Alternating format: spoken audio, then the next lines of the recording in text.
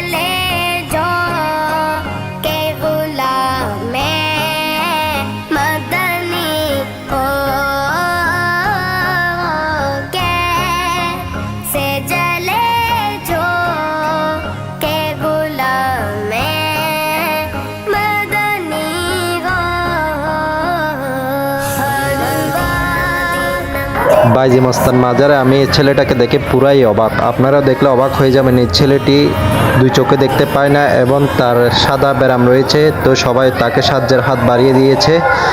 তো দেখুন সবাই দেখে ওই ছেলেটাকে অবাক। আমি কিন্তু ঢুকার সময় খেয়াল করি না, বের হওয়ার সময় খেয়াল করেছিলাম ছেলেটাকে।